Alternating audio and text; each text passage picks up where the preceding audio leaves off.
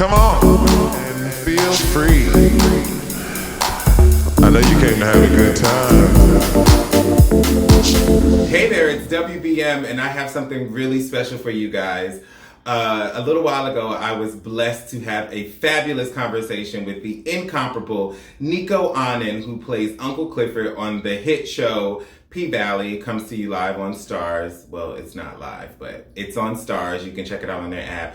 And he and I sat down for a really in-depth discussion about what it means to be Black, gay, and on screen. So have a look, have a listen, and enjoy part one, WBM and Nicco Annan.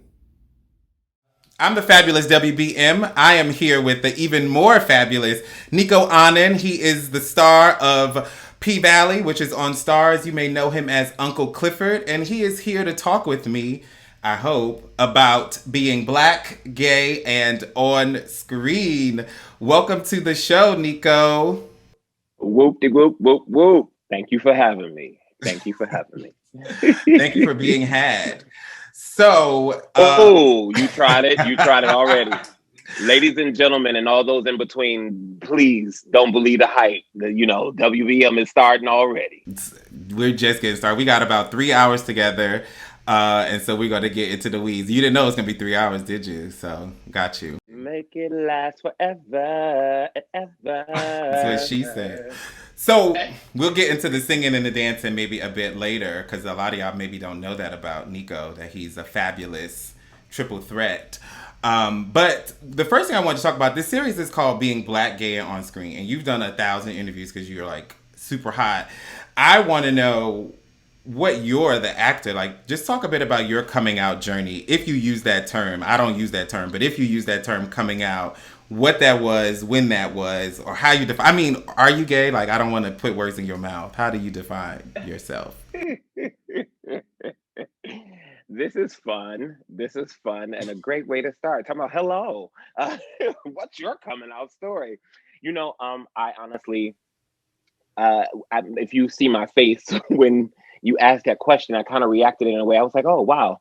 I haven't really thought about that. I personally did not have a coming out story. I have always been gay all my life. I have always known that I was gay all my life. My family has always known that I was gay all my life. Now, whether it was something that was talked about, that's something different.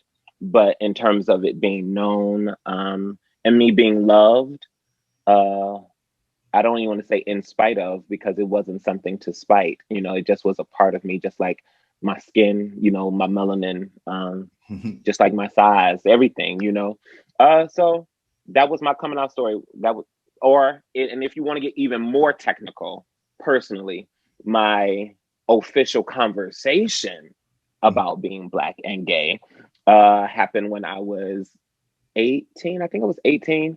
And I was over my grandmother's house, cleaning the house for her, vacuuming and dusting underneath her dining table and all of those things, because she wasn't doing it. And she was like, you need to come over here and dust for your grandmother. So I came over there and I was actually on the phone talking to my then boyfriend at the time. I was a freshman in I wasn't a freshman in college, and my boyfriend was back in Detroit still, which is where I'm from. And we were having a conversation talking about like a party coming up on the weekend. It wasn't anything salacious or any lovey-dovey conversation. But after I got off the phone, my grandmother asked me to come into the front room, and she said, it's one thing about it, but is you gay? And I just started laughing, and I was like, oh, wow. Okay, well, we're here. And because she was just so blunt about it, there was no warm up. I was laughing, and I was just like, yeah, grandma. And she said, well, I've always known that you was gay, and your Uncle Bill, my brother, was gay. So the only thing I say is just don't go on that Geraldo. And that look was at you now on Geraldo. Yeah, but back in the day, Geraldo was kind of like he had a lot of some of his shows were on the line of Jerry Springer, and in that world. So she just didn't want me to go into the whole tabloid, salacious component of being gay. Yeah. Is your grandmama still with us? She is always with me. She is not in the flesh, but she is with me in the spirit. I ask, yes, they are always with us. I have some ancestors too. Duh, we all do. But I asked just because I wanted to know if she had the opportunity to watch Uncle Clifford in full flight and full color, and which she has, but you guys haven't been able to talk about it. Or maybe you have. I don't know. Maybe you got, I special. was about to say, You are a very spiritually grounded person, so maybe you know some stuff I don't know. Yeah, that would be the truth. My family has definitely been a part of, I think, this even happening, to be honest with you. Like Mhm. my ancestral family, like I have cousins that stood in protection for me, when I was younger, or even in advocacy for me, like, Nicco gonna do this. You go ahead, cousin. Just they would allow me to be as big as I wanted or I felt in the moment, whether that was me singing the song from Glee Club that I learned, or doing my tap dance combination when I learned the first time step, and I put all three of them together. They like, go ahead, cousin. There was this thing I feel like sometimes growing up in Detroit, or and I wonder if it's with other urban cities, but when one of you gets free or has this level of expression and freedom or flight, so to speak, Mhm. my family enjoyed that flight with me. A lot of things could be kind of put together to make them, I guess, envious, but that's not what happened with my family. They just were like, yo, you flying. And even if they didn't have the wings to, or the desire to, it was a part of that process. So I've always had the support from them. So I've had a couple of cousins. I say all that because you talked about my grandmother, and I have a couple of cousins that have passed on unexpectedly and early in life, like Selena Anderson, Tania Utsi, my auntie Bernice, and my grandmother Emma Hughley. Like, they were all a part of this moment happening for me. I'm very, very, very well aware of that. Yeah. I believe that. What's so interesting and what I connect to, right, is everything that you're saying, everything that not everything, but so much of what Uncle Clifford represents, I think flies in the face of what we've been told about Black gay men, right? Like, we're Mm. told that the Black community is homophobic as a community. We're told that Black gay people are unicorns and are like this new creation. And you mentioned that your grandmother's brother, so your great uncle, was a gay Black Mhm. man. Like, did you meet Uncle Bill? Is that why he was called Uncle Bill? I did. And was he Uncle Clifford, or was he known as Don't Tell? Did he have a roommate? Like, who? Let's talk about Uncle Bill. Did y'all ever talk I about won't. being gay? No, Uncle Bill and I never spoke about being gay. Uncle Bill and I, we spoke in an unspoken language. At first, I won't afraid. I was intimidated. I was intrigued. I was mesmerized Mhm. by Uncle Bill's energy, because Uncle Bill would walk in a room and he too, just like you, had a lot of bangles. It's in the He name. always wore. Bill Clinton too. Yes, yeah. That's wow. That's wow. But yeah, he always had a lot of bangles, and I remember like at Thanksgiving time, like when he would reach over my shoulder sometime for this one time for like some more green beans or mashed potatoes, and I could hear like the bells coming toward me, and I would try to compose myself to make myself as small as could be at the table. Oftentimes because I didn't know if I was ready to have conversation around my sexuality. I knew who I was. I knew what I liked. I knew that my family knew, but to actually have the conversation. So I didn't know what conversations Uncle Bill had. I wasn't privy to that as a child. So there was this thing of being able to see older Black gay men and how they operate in a very in his space. So he taught me through his actions. Now, did he have friends? Did you ever meet any of his friends? Did you have any like uncles, by association? Did you get to know No, that side of him, or you didn't see no. it? My Uncle Bill, I think Uncle Bill had two kids or three kids. Oh. And he was in a he was married. So no, I didn't get to meet. I never met his wife, and I didn't meet any of his loves. Mhm. I know his children though. His children are my cousins, but you know, black folks we call cousins uncles and aunties. So Right, because they're especially you know older. for Exactly. We they're don't older than us. Yeah. a family tree like actual genealogy and like second cousin, first cousin doesn't exist, right? It's either you're my cousin or you're not. And That's if you're it. like 20 years older than me, you're my aunt. You know what I mean? Like it is That's what it right. is. That's Um, right. and if you're the same age as me, even if you're my niece, you're my sister. You know what I mean? Yeah. Yeah. Yeah. Yeah. Yeah. That's It's how it goes. that at least that's my story, and I'm sticking to it. So and I have so many parallels with that. So moving forward, right? And it was, I'm just like your grandmama. That's why I just came out the gate and was like, "So is you gay or not?" Yeah. But That part. so 18, that means that when you were in college, and tell me if my producers gave me the wrong information, but you studied at Purchase College, right? hmm Which I is, did. for those who are not in the know, that is one of the nation's premier acting programs. You do not get into that school if you are not super talented, if you are not among the top, like I think they take like 10 kids or something. So what was that journey then, right? So you come in and you're like 6'2", hmm 6'2", dark skin, thick, can twirl, can act, got a gap tooth, beautiful black Come man, on. a big Come old on. sissy, all of these things. What was Oh, wait a that minute journey now. like? Well, I use sissy with love. To me, sissy, I use the word sissy. The way and this is good. So we have the language, because I know people get, nowadays, if we're not clear about what we're saying, we could get into some problems.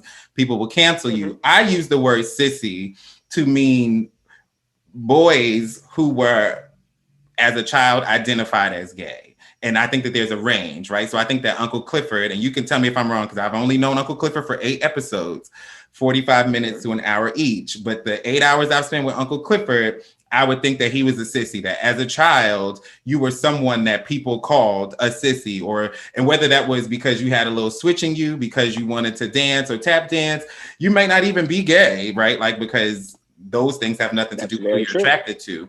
But you That's were right. walking in the we'll call it the cloak, the gown of gayness. And so that's how I'm using the word sissy. It doesn't mean that you were like hyper effeminate or any of, maybe it's the way some other people use Yeah. it. I identify as Yeah. a sissy, especially as a child. And so that's what I'm saying, is that when you walked on campus, I imagine people were like, "Oh, Nicco is gay. Tell me when I'm wrong." Well, there's a difference because you asked initially about Uncle Clifford. So Uncle Clifford definitely was that as a child. Nicco was not. Nicco was Get me together. no. This is getting to know. Nicco has all. I have always had the thing that how you describe cloak of gayness. For me, it actually is a cloak of. I don't know if it's a thing that there's if I'm thinking of this cloak because you say it, and I think about like Harry Potter and like this invisible cloak. Mhm. My cloak has been more so about acceptance. Like there's this cloak of I don't know if it's clergy. I don't know what it is. All I know is I'm just being me. But I have been able to throughout my life walk into different pockets of community, and my sexuality is not, even if they see it, even if someone identifies that in me, that's it falls further and further behind or down the list of what they would first say about me. Do you understand what I mean? Yeah, I hear So what you're saying. my, so for me, how people have approached me and interacted with me, that is not what they first saw or deemed most important. So when I first got to Purchase, for me, it wasn't even about. I had gotten into Juilliard, I had gotten into NYU, I got into Southern Methodist University, North Carolina School of the Arts, and Howard, and some other schools. But I had some options.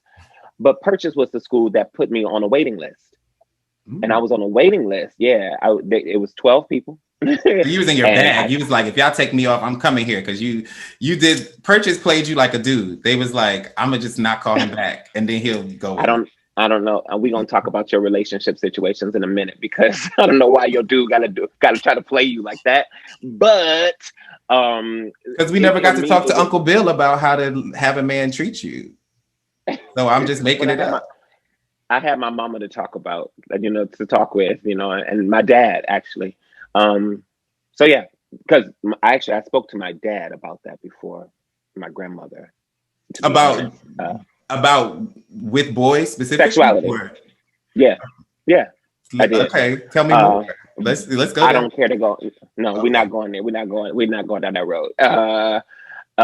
It was there was something that he found. There was a good old porno that he found from a trip to Vegas when I was a child, and I was like, Was it Tiger Tyson or Bobby Blake? I don't remember who it was. All I know is that he said when he played it, he was like, "I can't watch this anymore. Is this what you want?" I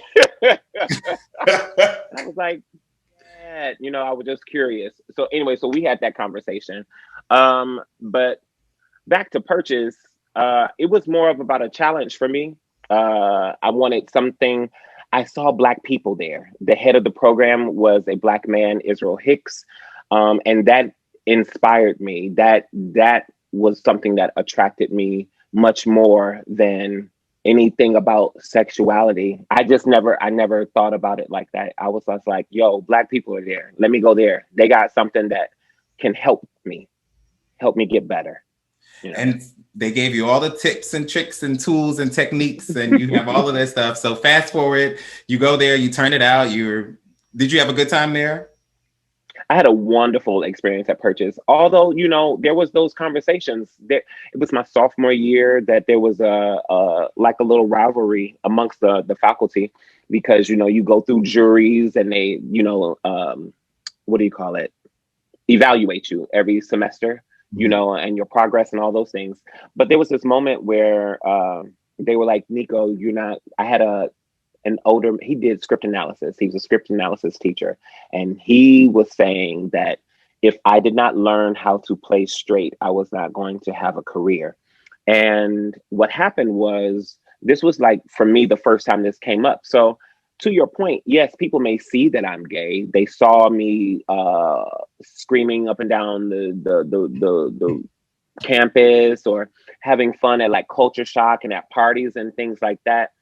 And because I was taking full advantage of the time of being in college to be like, yo, let me do everything that I know I probably won't be able to do when I become quote unquote an adult, so let me dye my hair whatever color, let me put in some braids, or let me wear short shorts, let me just live. Yes, I have some. Okay, so it's over. A mess. You are a mess. So I was just trying to live that life. But in my work, I had a voice teacher that was doing Jacobean pieces. He didn't want to do Shakespeare. He wanted to do Jacobean pieces. And he had given me a piece and he had encouraged me to use all that I am. He wanted me to use my sexuality. He wanted me to use my vernacular, my speech. He wanted me to use all my mannerisms. And when I did so, he was pleased with how he directed it and how it came across, and me using my voice and my speech diction and all that stuff to go, all the things, the elements that the lesson was to do, he felt I accomplished. But it started a whole conversation amongst the faculty of, well, he can't be gay like this.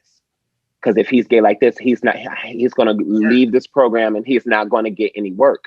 What is that going to be like? And it was this contingency that was happening for about 2-3 weeks. And I didn't even understand what was going on for the first week. I didn't even know it was happening, and other teachers would chime in and have certain kind of critiques now. And it was just like, huh, what was going on? Anyway, to push the story forward, it was the thing that allowed those moments of pushback allowed me to be in touch with the gold. They allowed me to be in touch with the things that were so unique to me, and learn how to use and hone them. And then that same teacher, well, no, that was the voice teacher, but then my acting teacher, junior year, was directing Jonathan Rosenberg. He was directing a Shakespeare play, Love, Labor's Lost. And I remember we had to audition for the show, and I hadn't finished reading the show. I hadn't finished reading the script. It was springtime. I was in New York. I'm 20 some years old. I'm like, let me get down to the city. Yes, let me get down to the city and like go to the Octagon. Let me hang out, you know, and in the Bronx and Brooklyn. Oh my gosh, so you were at the warehouse. Yes, I was at the warehouse all day, every Saturday, bro. Esqualita. Look, because you got to say it like that. Esqualita. The Brooklyn Cafe. All of the Chi-Chi. Langstons. Yes, Chi-Chi. Whoa, you saw Leroy. Yes. Yep, I was up in all them spots and look, and still came out single.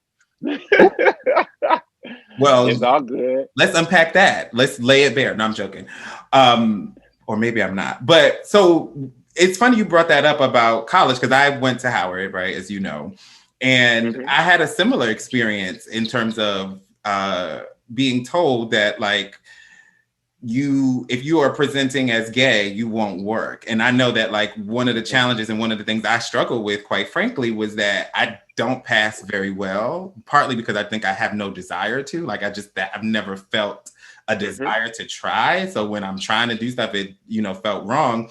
And I just felt a lot of friction with that. And then there were other classmates of mine who could do it very well, either because of their own nature, their own affect, or just their willingness to.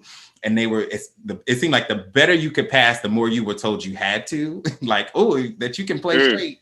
You can't walk out of here and be a sissy because you can be the leading man. You know what I mean? And with me, it was more like, well, since you're going to be the sissy, we'll figure out what to do with that, options. Did you study acting? I studied musical theater performance. Yeah. 5, 6, 7. I think that's so, come on.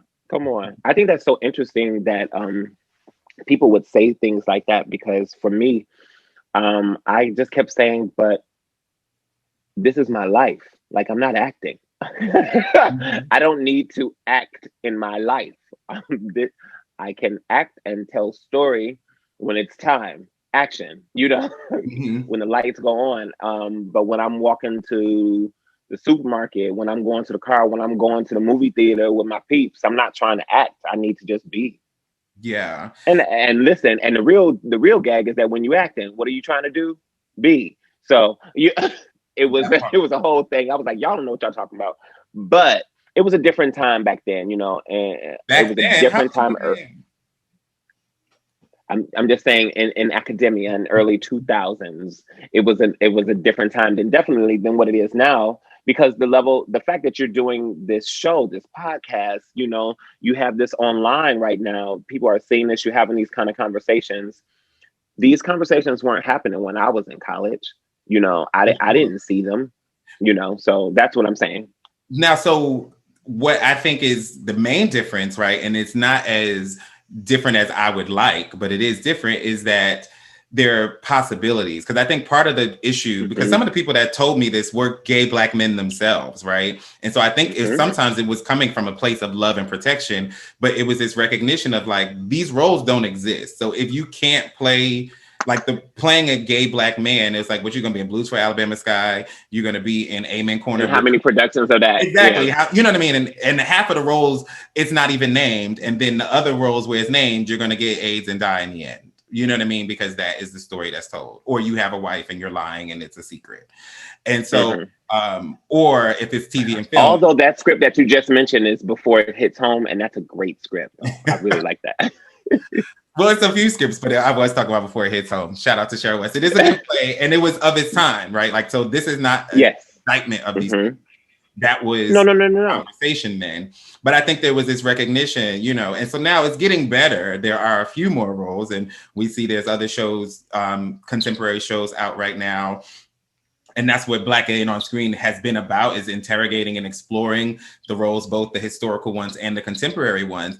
And so what a gift Uncle Clifford, I think, has been, that like, if someone is like Uncle Clifford in real life, that they would, you know, now that they see that, like, if I want to perform, there's at least one role. I mean, you have the role, but you know, they know that it's possible. And so what I wondered is, we talked about what the professors were telling you intellectually. What was your experience as this affirmed Black gay man of a certain size, of a certain complexion?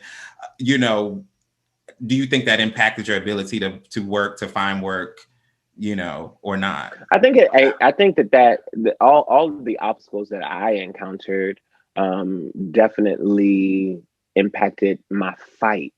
It gave me my tough skin. It gave me the mindset to, I was getting ready to say negotiate, but the word I want to use is navigate. It gave me the vision to be like, okay, you're not getting this role in Fences because they see you as Troy, but you are too young, and you are Corey's age, but you don't fit the type of football player. So, and your energy is too nurturing, and you haven't yet learned how to own age in a realistic way. So I was in my early 20s and late 20s. I was in that in between space of limbo, of like, the roles that were available to me were different, or fewer. So I always just went the route of, okay, I was doing a straight play, and okay, I did this straight play. There's not another straight play I can go do. Straight play meaning a play without music. Then I would go and say, okay, well, I'm in line. I'm auditioning for Hairspray on Broadway. I'm auditioning for Ragtime. Let me go in.